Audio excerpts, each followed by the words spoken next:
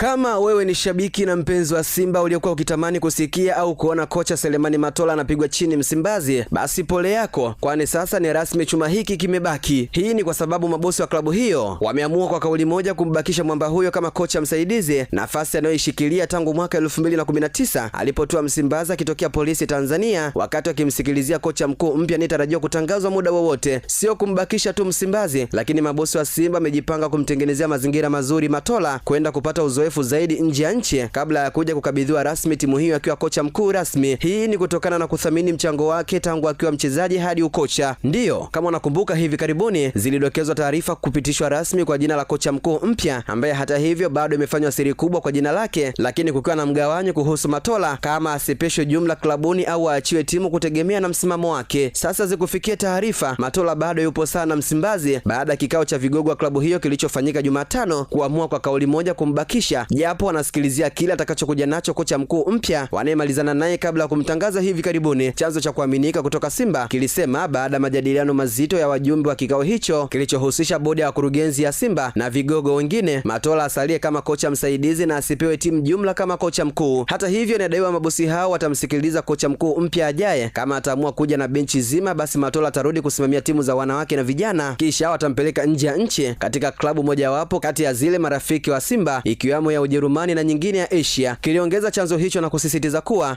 na nukuu, hii imetokana na ukweli. Matola ni kijana wetu, amecheza kwa ufanisi akiwa nahodha na kwa muda mrefu amekuwa kocha aliyesomeshwa na klabu. Ni ngumu kumtema moja kwa moja, ikizingatiwa pia ana mkataba hadi mwisho wa msimu. Mwisho wa kunukuu. Awali inadaiwa Matola mwenyewe alipigiwa simu na mmoja wa vigogo wa klabu hiyo wakati wa kikao hicho na kumuuliza juu ya mipango yake, na mwenyewe amesema alikuwa anataka kusepa ili akapate changamoto nyingine mpya nje ya Simba. Nikimnukuu, chanzo hicho kinasema jibu hilo ni kama liliwavuruga wajumbe na kumtaka atulie, wajadili, kisha watamrudia. Na kweli baadaye sana, baada ya maamuzi ya pamoja, walimwambia hawakubaliani na msimamo wake wa kuondoka kwa vile wanajua hana tatizo na kufanya vibaya kwa timu kunachangiwa na mengi. Hata hivyo, jibu hilo halikukubaliwa kirahisi na Matola aliyesema kuondoka kwake kunaweza kuepusha mengi kwa vile mashabiki na wapenzi wa Simba wamekosa imani naye baada ya kupoteza mechi ya Azam na hataki kuona timu ikiyumba kwa sababu yake. Mwisho kunukuu, kilisema chanzo hicho na kuongeza, na nukuu, Matola amesema anaamini kuwa uwezo na ujuzi alionao anaweza kufanya kazi kokote na kuonesha kipaji alichonacho kama alivyofanya enzi akiwa na Lipuli kabla Polisi Tanzania kumchukua kwa muda mchache na baadaye Simba kuamua kumrudisha ilipomtema Patrick Auzimmze. Mwisho kunukuu. Chanzo hicho kinasema baada ya majadiliano ya kina na kuelezwa mipango aliyowekewa na mabosi hao, ikiwamo kupelekwa Ulaya au Asia kuongeza ujuzi kupitia klabu rafiki, Matola alilegeza msimamo. Nikinukuu, chanzo hicho kinasema japo kubaki kama kocha msaidizi au kwenda timu za vijana na wanawake itategemea kitakachoamuliwa na kocha mkuu ajaye, ila Matola hatoki Msimbazi leo ama kesho